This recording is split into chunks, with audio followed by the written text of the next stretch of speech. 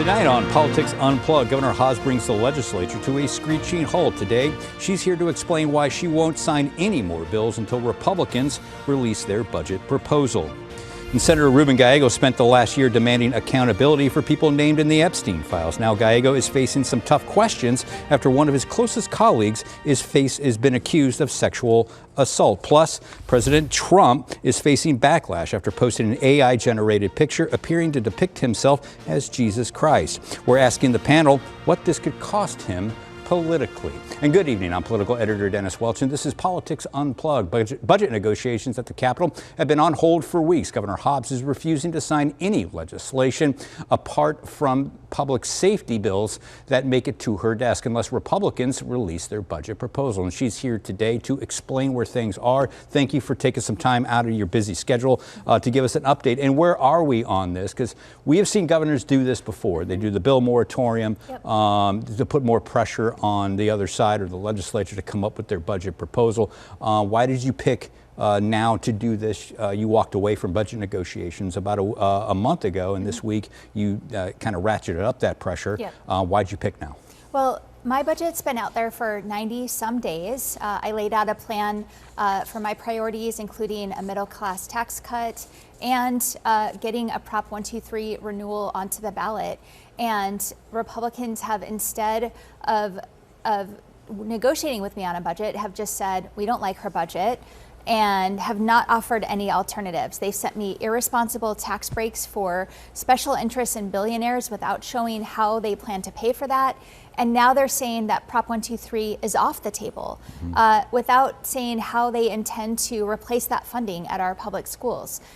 So this is where we are. I am at the table ready to negotiate, but I need Republicans to show me what we're even negotiating about, because they won't share their plans with me or anyone else. Okay, let's start with Prop 123. I mean, again, the two big sticking points, again, the tax cut packages and Prop 123. Now, that is moving money out of the state land trust and putting that toward education. That was passed 10 years ago by Doug Ducey.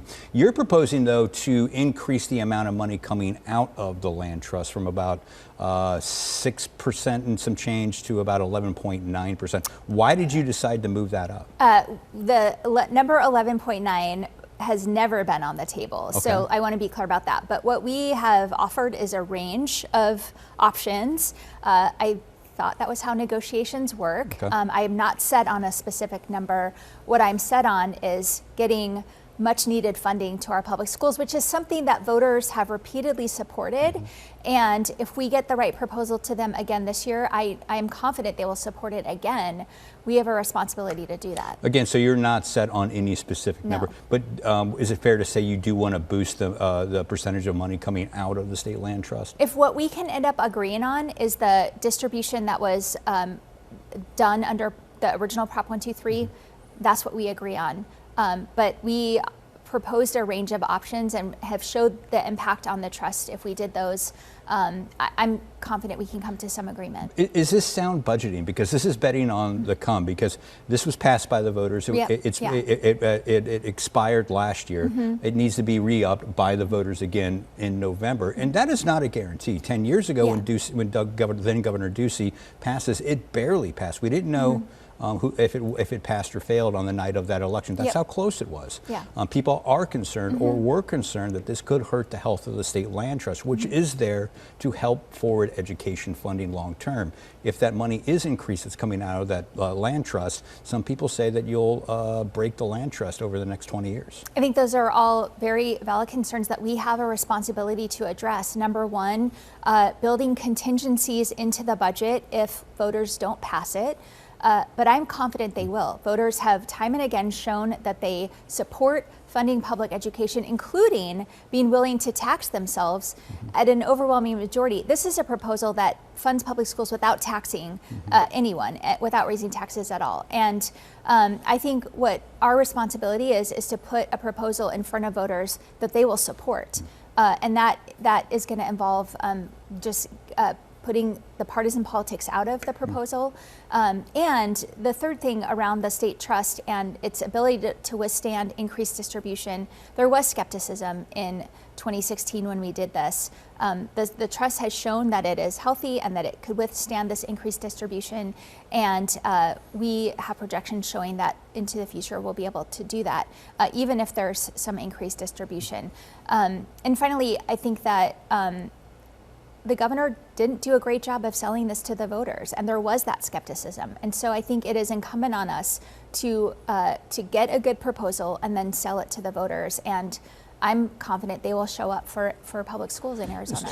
So you're admitting that this isn't 100% because it does go to the voters, and you're saying that there's contingencies. So it sounds like this budget proposal that's balancing apart on this wouldn't work unless the voters say it's okay. What are those contingencies?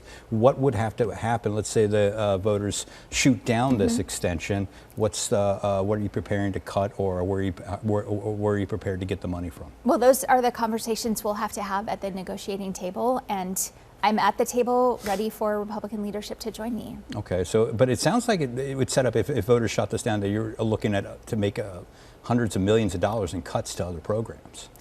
I mean, to save that money to be able to fund this, or what? Well, right now in my budget proposal for this upcoming year, we have backfilled the loss of Prop 123 dollars with general funds. I don't think we can sustain that going forward. And so we'll have to make plans based on if that happens. Okay. And speaking of budget numbers too, if I remember correctly, when you released your budget, it was also balanced on some numbers that aren't a guarantee either. You had put, was it $700, $800 million in to build the federal government for border security. I'd ask you, I mean, like, what possible world did you really expect that that's going to come from this administration? Well, first of all, I want to say that Republicans in the legislature are also planning on using those dollars. Arizona has been frustrated for years about the federal government's lack of action on the border. We've sent bills to the federal government to reimburse us for Arizona tax dollars spent on border security. This is the first time that Congress has actually appropriated those dollars, and so there is a reasonable expectation that we can expect those dollars. Congress appropriated them. They said it's for reimbursement for costs that they have spent on the border, and we are a border state. We should be able to expect those dollars. We're continuing to push on the administration for how they plan to administer those congressionally appropriated dollars. Yeah, but still, I'm still kind of questioning, like, you know, you can demand the dollars and you can say you can expect those dollars, but given the relationship with this administration's relationship with Democratic governors, what possible world do you really think that the White House is going to say, yes, we're going to send you that money? Well, look, again, this is Congress making their intent known that these dollars go to states. And the president has shown time and again that he doesn't really necessarily honor Congress's intent. So we'll deal with that in budget negotiations in terms of how we'll balance the budget without those dollars, but it certainly wasn't just me counting on those dollars. Okay, now let's talk a little bit about the other big hang up here, like the tax cut package. Now, you're asking for about half of what Republicans want. Republicans want full conformity with what they call it. It's about $480 million, más o menos, on that in tax cuts linked to Donald Trump's big, beautiful bill. You want about half of that. Where are negotiations? Are you willing to negotiate on anything with that to move this process forward? Yes, absolutely. And I made that clear from day one when I released my middle class tax cuts plan. My priority was to make sure that middle class Arizonans who are struggling right now are prioritized and that they get those dollars back in their pockets. And by the way, if you filed by the deadline this week, you are seeing that tax cut. But it comes with a big price tag, and I showed in my budget how we would pay for those middle class tax cuts. We haven't seen from the Republicans how they want to pay for the additional tax cuts. I'm absolutely willing to have those conversations. I said from day one we would do it in budget negotiations, and that's what I'm hoping to get to. Yeah, and and people had just filed their taxes. There was a lot of confusion on that. And I remember when you came on the show at the beginning of the year after your State of the State speech, and you said that this was a priority. You were going to try to work to get this done by the April 15th filing deadline. That didn't happen. Is that a failure on your part? No, it's not. And look, I directed the Department of Revenue to update tax forms so that anyone who filed by the deadline has that increased standard deduction and other things on their taxes. So that's done, and it was the Republicans who created that confusion by not passing my plan, by not negotiating with me on their plan, and then, distracting from the fact that they were doing that by saying there was confusion, and there really was never a need to have any confusion. All right, now let's wrap on this. You are facing re-election this year, but we look at your record now. You came into office, there was a multi-billion-dollar surplus. That certainly isn't the case. That is all gone now. Is that your fault too? You were the one who signed these bipartisan budget deals with Republicans. Can they see you as a good financial steward of the state, given that they've seen a multi-billion-dollar surplus evaporate under your leadership? The budget is always a negotiation. I cannot just get my priorities over the finish line without having agreement from 31 House members and 16 Senate members, and that is a negotiation. And those 3 budgets under my tenure were agreed upon by the majority of the legislature. But we also came in right after Governor Ducey had implemented a flat tax, which we knew was going to have a big impact on revenue. We also came on the heels of a lot of federal COVID relief going away. And so that impact, a lot of that surplus was from that COVID relief. And now we're facing economic uncertainty because of policies that Washington politicians continue to push, like tariffs, like cutting Medicaid and food assistance from people who need it, and now this war that is increasing gas prices for everyone and creating economic uncertainty. And real quick, I just got to ask, since we're already out of time, but you brought up gas prices. You have said you're open to the idea of eliminating the state gas tax, but you've also expressed a lot of reservation. Where are you on that right now? Well, again, that's something that would have to be discussed with the legislature, part of budget negotiations, but this really is a problem that came from Washington, and I'm looking to Washington to fix that, and so that we don't have to balance our budget more on the backs of Arizonans. All right, and again, the state gas tax about 18 cents a gallon, correct? All right, thank you very much, Governor Katie Hobbs. Thank you for stopping by here. And still ahead, Senator Gallego spent months calling for consequences for people linked to sexual predator Jeffrey Epstein. Now he's facing some tough questions after one of his closest congressional colleagues resigned amid sex assault allegations. We'll be right back with the panel.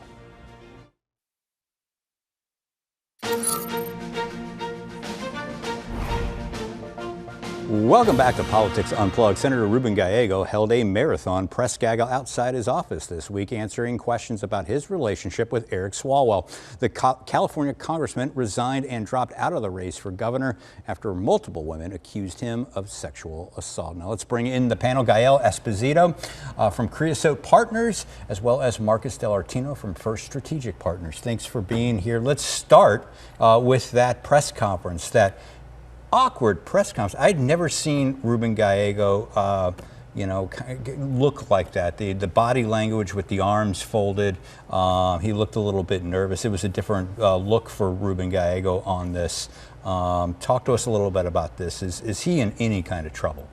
So I think in the best case scenario, what you saw was Senator Gallego learning that his best friend had committed atrocious acts and harmed women, abusing the power of his office. And that's a traumatic thing to learn, if that, in the best case scenario, that's what's happening there.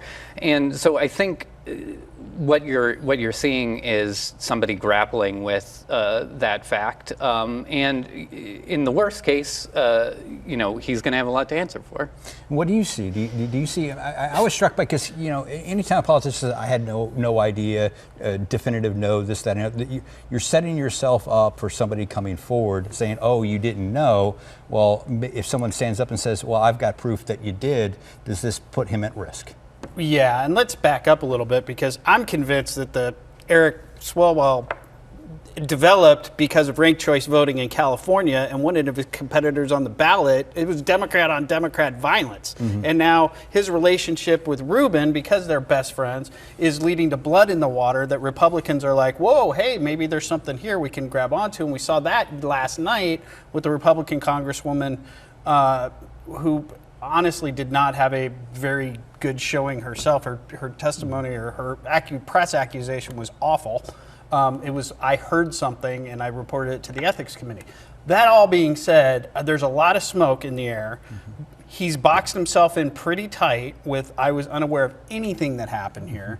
And so if just the slightest development comes and puts a crack in that statement of I was unaware of anything that happened. So I think the next couple of weeks are going to be pretty choppy.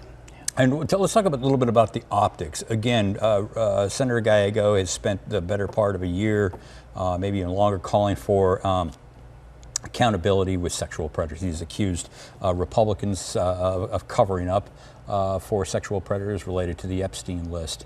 Are people going to look at Ruben and say, okay, you say you didn't know. There's no evidence that he did know. But you say you didn't know, but should he have known? Maybe you should have known. I think we have a problem in this country where powerful men can feel they can do whatever they want without care or consequence. Mm-hmm. I think we see that with the Epstein files. I think we see that in Congress far too often. We saw it here with Eric Swalwell. And I think, it's whoever it is that comes next, I hope that we continue to see accountability and we continue to see a push there. I think if somebody is calling for accountability, they have to hold that standard for themselves. They have to hold that standard for those close to them. I was at least very glad to see that once these allegations came out, Senator Gallego called for Swalwell to drop out of the race and resign. So I would hope that that standard continues to hold for everybody in politics and that we continue to see accountability here. And I think big picture, there has been some presidential buzz around Ruben Gallego. Simply, in large part because he's a Hispanic senator who won his Democrat seat in a red state. So there was some talk about that, and I saw some reporting that as recent as a few weeks ago he was in Chicago telling people he was thinking about it. He was going to be considering something like this. This maybe puts an end to that kind of speculation, at least for now.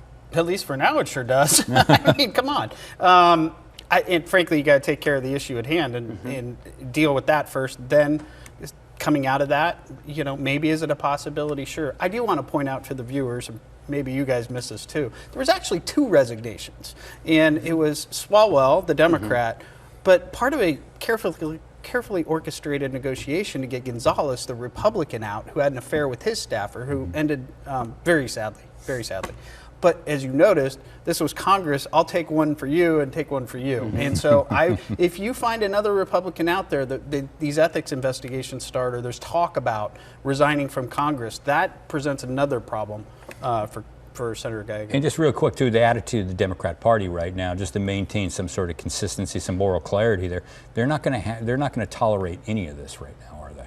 I would hope not. I'm so tired of the continued passing of the buck of accountability, and we need to be holding a higher standard for elected officials from the top down. Unfortunately, we don't see that at the presidency, but maybe we can start at Congress and in the U.S. Senate of holding people accountable. All right, let's take a real quick break right now. And up next, the president accused of blasphemy this week after posting this picture appearing to depict himself as Jesus Christ. Could he face any political consequences? We'll be right back with the panel.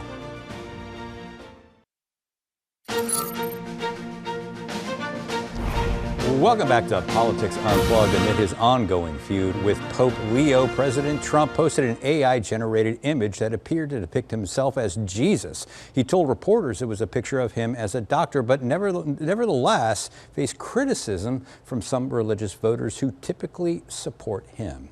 Now, let's bring it back to panel. Thanks for sticking around on this. I want to start with you, Marcus. We've never seen anything like this really from a president. Anything remotely like this from a president. We saw that the president's poll numbers were already falling before any of this. Could this cause any more, or has this caused any more significant political damage? I think it has. I think it's been occurring for a little bit longer prior to this, but this certainly ignited it and set it on fire. Look, you know, he was on TV the other day saying it's okay for states to raise taxes, just the feds can't do it. And then, so you take your part of your Reagan coalition, right? Lower taxes, less regulation. So we got a little bit of an issue over there.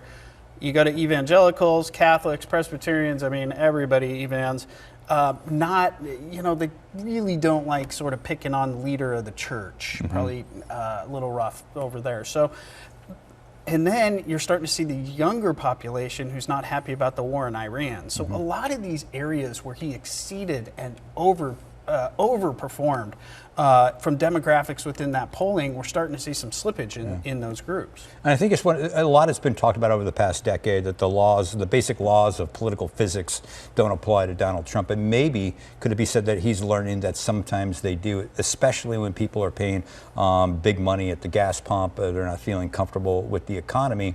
Because I could see a situation where if the gas prices were normal, the economy was humming and there were no problems, his supporters and people would just look at something like that and go, it's just Trump being Trump, but this is different, right?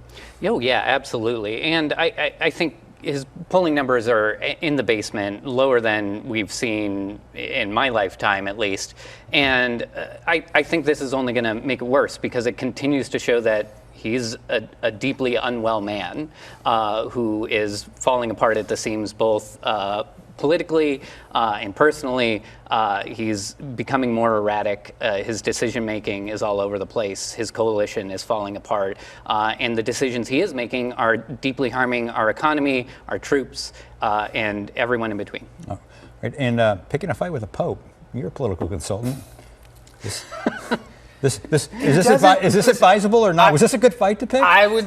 Honestly, I would say that I would not pick a fight with the Pope. Okay, there's a lot of people you can pick a fight with right now in the world stage, and I wouldn't go with the Pope. But I would also, and frankly, some of his cabinet, I think Hegseth has said some things that are sort of, there seems to be this growing increase of friction within the Christian community of who's the better Christian, whether it's the evangelical, the Catholic, the Mormon, and you're literally seeing, time to time I see moments where evangelicals are saying, well, you're just a Catholic, so you're not really a Christian, which just blows my mind, or saying that to Mormons, or, go with the whole spectrum here. But I think that the art of the deal under, at least a Reagan presidency, was holding that coalition together as all Christians. And I think we're seeing that friction grow and that fade away. Okay, we got about a minute left. Let's wrap on the legislature. We just heard the governor talk about the ongoing non-negotiations down at the legislature. Do you think the governor's going to be able to get what she wants out of this? Is she going to have to, cave, for lack of a better word, to what the Republicans down at the legislature want? I mean, hopefully it will end up being a negotiation, actually, but the legislature is a mess, and they have no sense of what they're doing or where they're going half the time. A deeply incurious bunch of people, more often than not. And so I think we've seen the governor before win out when on things that maybe she shouldn't have, or they otherwise could have done differently, and she gets her priorities through. And I think we're going to see that again, because she's a strong negotiator on this stuff, and so hopefully we'll get a good budget out of that. Yeah, and we'll have to find out if this move does increase the leverage for the governor to be able to get exactly what she wants. But unfortunately, that is all the time we have this week. But be sure to join us next week for more Politics Unplugged. Good night.